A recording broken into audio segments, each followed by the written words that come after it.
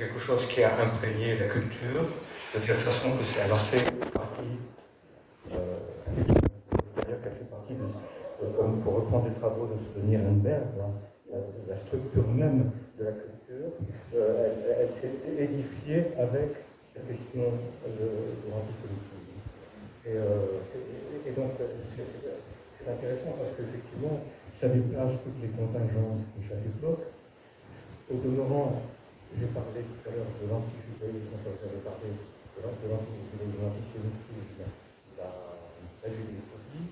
On ajoute maintenant la question de l'antisionisme, qu'on peut débusquer.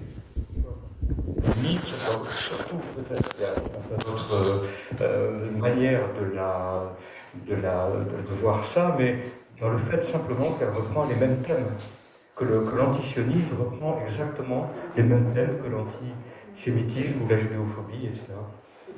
Donc je trouve que c'est là-dessus qu'on peut vraiment débusquer la chose. Pardon de rebondir.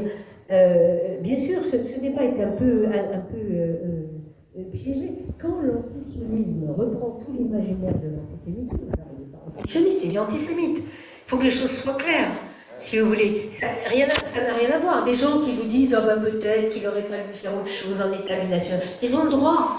Il y en a en Israël, c'est un débat, bon, sauf que bon, voilà, maintenant il existe, donc encore une fois, les critiques, et il suffit de voir ce qui se passe régulièrement d'ailleurs en Israël, ça reprend, heureusement, pour dénoncer l'occupation, la catastrophe de ce gouvernement. Tout est légitime, dès lors que, par exemple, on va pas parler de la Shoah, dès lors qu'on ne rentre pas dans un imaginaire où Israël ne serait pas un État avec un gouvernement qui fait des trucs qui ne vont pas, mais l'axe du mal dans le monde. L'axe du mal dans le monde, c'est autre chose qu'Israël, évidemment. Hein, puisqu'on est en train de parler d'un pays qui est plus petit que la Bretagne. Donc, quand on parle du sionisme comme les lobbies, etc., c'est cette force maléfique qui est à nouveau en jeu. Alors, quand les gens nous disent « Ah ben, je ne sais pas ce que c'est que l'antisémitisme », c'est là que j'ai quand même envie de leur dire « Mais ça suffit, quoi !»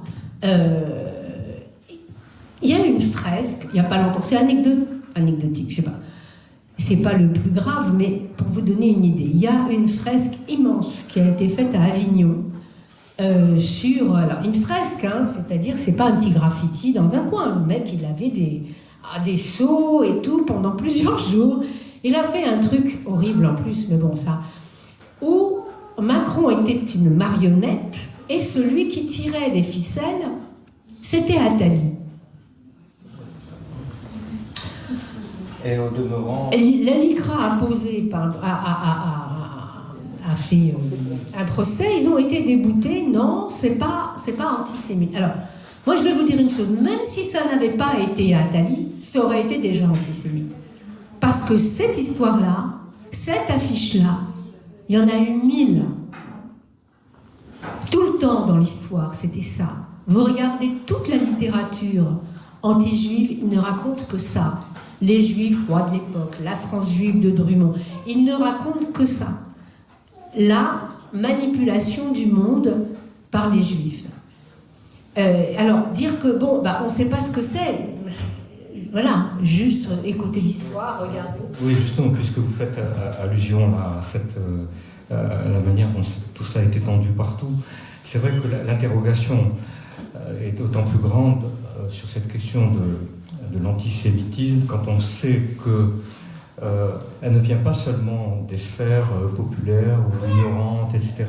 C'est ce qui est le plus frappant quand même, c'est qu'elle existe si massivement à travers l'histoire dans les sphères intellectuelles les plus élevées, c'est-à-dire des grands écrivains, des philosophes, des scientifiques, des biologistes, tout ce que vous voulez. Dans toutes ces couches-là de gens qu'on dit intelligents, se trouve cette espèce de bêtise. Parce que c'est une bêtise, c'est quelque chose qui ne repose sur rien, c'est un irrationnel total qui n'a aucune justification. Quelque chose qui mais dans lequel tout le monde semble se faire piéger. Et ça c'est en ça que l'interrogation sur le délire est vraiment importante. C'est-à-dire que ça reste une énigme quand même. Et ce qui nous oblige d'ailleurs au demeurant à sans arrêt interroger, mais qu'est-ce que c'est que cet antisémitisme? Parce que ça dépasse l'entendement quand on voit à quel point tout le monde intellectuel qui réfléchit à tant de choses tombe dans ce panneau-là, si je peux dire. Alors oui, donc ça nous ramène vraiment à la question que vous avez évoquée, donc sur le fait que c'est tellement au fondement, tellement dans la structure même qu'elle gangrène la pensée, toute pensée. Et que, alors, je me demandais pourquoi effectivement,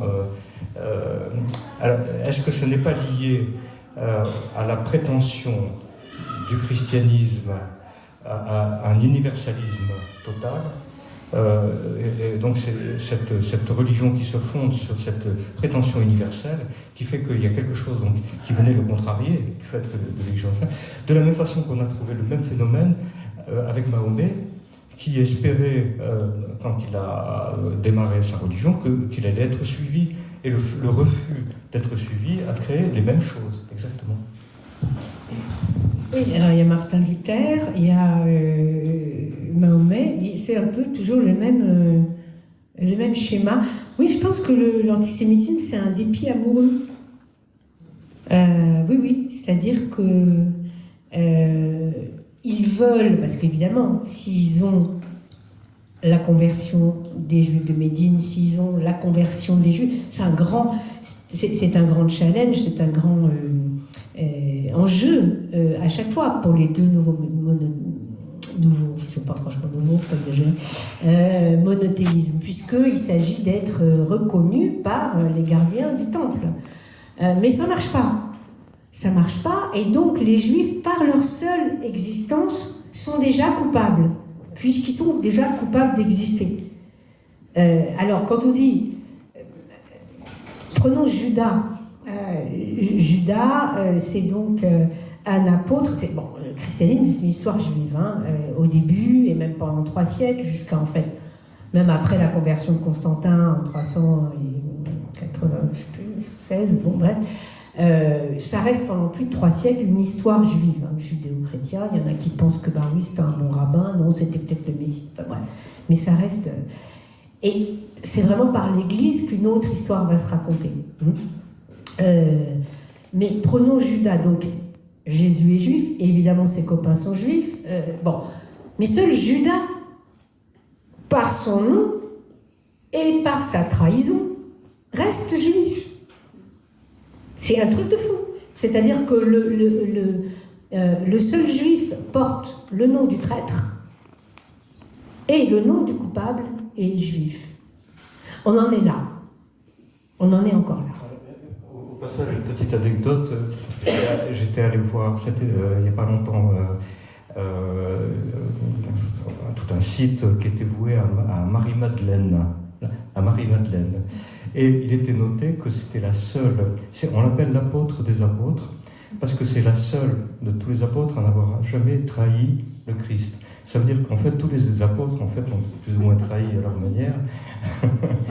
Et donc Judas, pas plus que les autres. Voilà, de toute façon, Judas, apparemment, c'était voulu, parce que s'il n'y avait pas eu de trahison, il n'aurait pas été crucifié et il n'y aurait pas eu d'histoire. Donc, apparemment, c'était Jésus lui-même. On va pas rentrer dans un débat théologique, mais en tout cas, le nom même, du coupable originel, c'est Judas. Effectivement, David Nirenberg a écrit un pavé comme ça sur Anti-Judaism, the Western Tradition, donc l'anti-judaïsme comme tradition occidentale, dit bien qu'en réalité, qu'il y ait des juifs ou pas, parce que souvent il n'y avait pas de juifs, ils n'ont pas arrêté de faire des édits d'expulsion quand même, Philippe le Begabel, Philippe Auguste, les Anglais, même quand il n'y avait pas de juifs, il y avait un principe mauvais qui permettait de comprendre le monde, d'engager la critique du monde. C'est-à-dire que les hérésies chrétiennes, les opposants politiques, etc., étaient vus sous cet angle-là. Et ça continue. En Algérie, quand ils ne sont pas contents, ils pensent qu'ils se traitent de juifs. Il y a des choses comme ça où le juif est le principe négatif, le principe de l'autre. Vous voulez que je parle du meurtre intime? Moi, je veux faire une petite association d'idées. Les psychanalystes aiment beaucoup les associations d'idées. Parce qu'au fond, on évoque toute la pérennité de cet antisémitisme. On peut parler aussi de la pérennité des Juifs dans l'histoire. Alors, il y a eu beaucoup de travaux aussi là-dessus pour essayer d'expliquer pourquoi une petite religion comme ça, un peuple si petit, a fini. Et me vient à l'esprit le mythe du Juif errant. Le mythe du Juif errant est quand même très intéressant, c'est-à-dire que le mythe du Juif errant, c'est le mythe qui consiste à dire qu'au fond, le Juif est condamné à expier indéfiniment la faute qu'il a commise au départ, en tuant, en étant déicide. Et donc, il s'agit qu'il le vive éternellement, pour expier éternellement. Et en même temps qu'on le persécute parce qu'il doit être dans la souffrance, évidemment. Alors, je trouve ce mythe très intéressant parce qu'il fait apparaître à la fois le rejet permanent de ce juif déicide, en même temps que quelque chose pour le garder comme étant une sorte de garant de la vérité du christianisme et de un témoin. Voilà. Il me semble que cette image est intéressante parce qu'elle... alors, en dehors peut-être justement du nazisme qui a failli pratiquement exterminer définitivement, enfin son projet aurait pu... Mais en tous les cas, le fait est que dans l'histoire, on a constamment fait en sorte qu'on les excluait, on les éparpillait, on les persécutait, on les assassinait bien sûr, etc. Mais il y a quelque chose qui a maintenu cette espèce de présence. C'est tout le lien peut-être ambivalent à l'autre dont vous parlez, je crois. C'est-à-dire le fait qu'on le dénie constamment, mais en fait, il faut bien qu'il existe quelque part quand même. Oui, ça c'est plus un débat d'historien, je dirais. C'est la thèse de Poliakov, le peuple témoin, que reprend d'ailleurs Hannah Arendt. Je sais pas. Franchement, oui, cette idée de...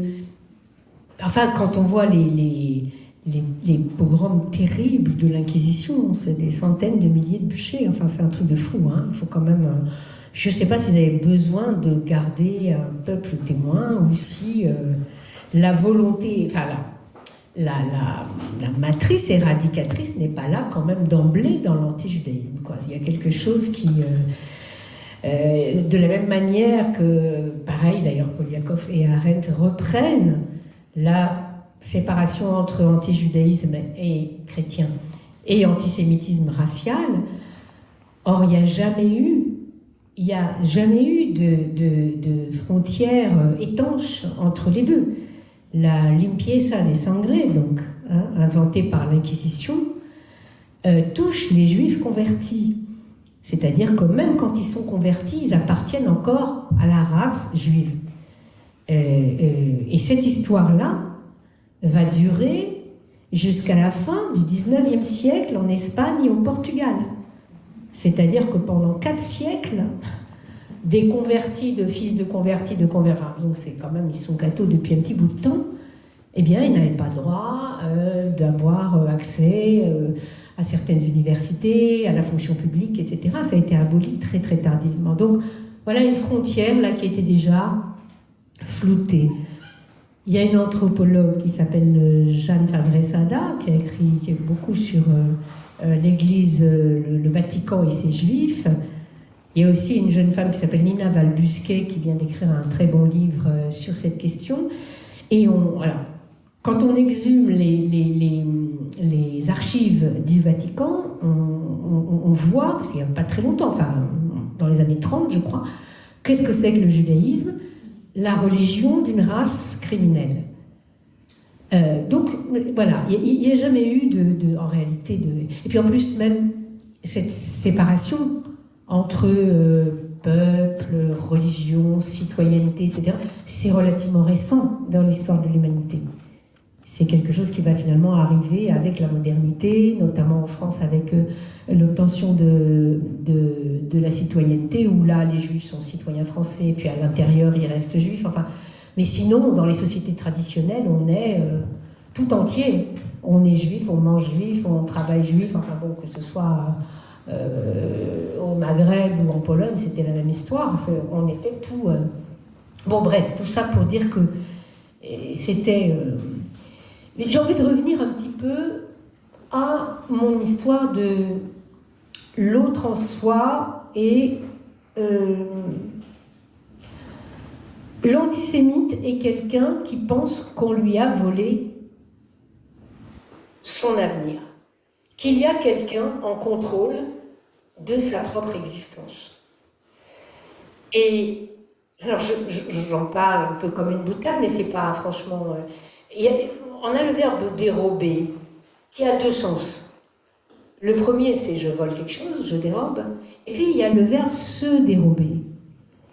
Et si on met se, c'est-à-dire un pronom personnel, c'est-à-dire un sujet, pour reprendre l'univers mental de la psychanalyse, si on lui met un sujet, se dérober, c'est finalement renoncer à sa propre responsabilité.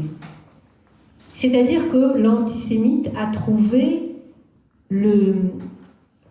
Alors il y a un très joli film de Anna Souline qui s'appelle À notre tour, qui raconte, qui va rencontrer des jeunes juifs, des jeunes musulmans pour parler ensemble des questions de racisme et d'antisémitisme. C'était une initiative de SOS Racisme il y a 3 ans. Et j'ai trouvé, le film est très joli. Et il y a un gamin, un petit gamin maghrébin de 15 ans, particulièrement mûr et sympa, qui dénonce l'antisémitisme dans ces termes. Il dit, moi je crois que si on déteste les juifs, c'est parce qu'on a l'impression que c'est à cause d'eux qu'on rate. À cause d'eux qu'on rate. J'ai trouvé cette formule, lumineuse, parce qu'il a compris l'histoire. Et que quand il y a un discours qui vient vous dire, si vous n'y arrivez pas, c'est à cause... C'est un discours évidemment extrêmement dangereux et qui risque évidemment de cibler les juifs. Pourquoi ? Parce qu'il y a déjà un non coupable à l'origine. Vous voyez ce que je veux dire ? Par exemple, l'univers mental du conspirationnisme et l'univers mental de l'antisémitisme sont les mêmes. D'abord, l'antisémitisme est toujours un conspirationnisme. Toujours. C'est sa spécificité, on va dire, par rapport à d'autres oppressions, d'autres formes de racisme. Et le conspirationnisme a quand même toutes les chances de tomber sur l'antisémitisme. Vous voyez, c'est comme avec un mauvais polar, où on connaît déjà le nom du coupable, parce que c'est mal écrit, on connaît l'histoire. Ou alors le magicien qui sort qu'est-ce qu'il va sortir de son chapeau ? Tout le monde sait que c'est un lapin, c'est déjà connu. Voilà. Donc si on tient un discours conspirationniste, c'est les lobbies, c'est la finance internationale, tous ces discours d'ailleurs qui sont très dépolitisés par rapport au marxisme qui nous expliquait quand même les rouages de l'exploitation capitaliste, etc. Là on tombe dans un imaginaire qui est déjà là. Et cet imaginaire a toutes les chances d'être antisémite. D'où la catastrophe, d'où la vigilance qu'on doit avoir par rapport à ces discours qui en réalité sont les discours de la défaite et du refus de l'émancipation. Vous apportez de l'eau à mon moulin. C'est simplement pour dire que le conspirationniste, justement, a besoin du juif pour pouvoir mettre toute la cause du mal sur lui. Donc il l'attaquera parce que c'est la source du mal, mais en même temps il a besoin, ça fait partie de son édifice, il a besoin du juif comme étant celui qui c'est à cause du juif qu'on rate, comme étant la cause. Voilà, oui, s'il n'y avait pas un juif aux commandes de son propre destin, il faudrait qu'il réponde de ce destin. Exactement, voilà. Tout effectivement. Ouais. Je voulais dire autre chose, mais je ne sais plus. Peut-être qu'on va passer justement la parole à la salle, et puis on reviendra. D'accord ? Oui, voilà, ma thèse était un gros machin, 700 pages, et donc vraiment, je me suis dit, là, je me concentre, j'essaye d'être le plus Mais c'est vrai qu'il y a beaucoup de choses quand même. Je n'ai pas abordé toutes les questions plus contemporaines que sont, à mon avis, le problème de l'altérité dans la pensée décoloniale, le problème de l'antisionisme, de l'anticapitalisme qui serait fétichisé. Tout ça, c'est dans mon tiroir, ce sera la saison 2, si vous voulez bien. Voilà. J'ai des choses à vous suggérer. Parce que, mais parce que vous avez beaucoup évoqué, sur la fin de votre ouvrage, vous l'avez repris tout à l'heure, la question du désir. Et dans la fin de l'ouvrage, vous parlez beaucoup de la question de la joie, du plaisir, notamment qui serait une source de jalousie en quelque sorte, telle qu'elle est prescrite presque dans la Bible, et même à travers les rituels, etc. Bon. Il y a un point que vous n'avez pas abordé, c'est l'humour. L'humour juif. C'est-à-dire avec... quelque chose que j'ai pas abordé. Oui, non, mais c'est pour ça. Non, parce que, effectivement, par rapport à quelque chose, à des caractéristiques, c'est-à-dire l'humour qui rejoint un petit peu tout ce que vous avez dit, effectivement, sur le contenu de la Bible, qui introduit beaucoup cette notion de l'humour dans beaucoup d'endroits, et notamment le fait de voir le monde avec un certain recul, une certaine distance, telle que l'humour le permet. Il y a quelque chose qui est peut-être rendu difficile chez l'antisémite d'accepter une notion comme celle-là qui, relativise tellement les choses par rapport à son désir d'absolu, justement. Voilà, mais bon, c'est... Oui, vous me faites penser que l'humour anglais et l'humour juif ont des choses en commun. Et c'est peut-être pas un hasard si les Anglais sont aussi très pétris du récit biblique. Il y a dans le récit biblique, dans le judaïsme, une acceptation de la limite. C'est la limite qui nous permet, je pense à Camus, par exemple, parce qu'il raconte sur l'absurde. Hein, c'est-à-dire que c'est uniquement quand on a fait le deuil de la toute-puissance, de la toute-jouissance, comme on dit, de l'éternité, qu'on peut commencer à vivre. Qu'on peut commencer à apprécier ce qui existe ici. Et la force, si je puis dire, du judaïsme, c'est que leurs conditions matérielles, la condition finalement de vulnérabilité du peuple juif, qu'elle soit existentielle, économique, politique, tout ce qu'on veut, est venue rencontrer cette pensée du fragile, qui fait du fragile une force. C'est-à-dire que voilà, on va mourir, hein, c'est pas la peine de croire autre chose. Donc, autant profiter de ce que nous avons en commun. Autant aimer ses enfants, autant...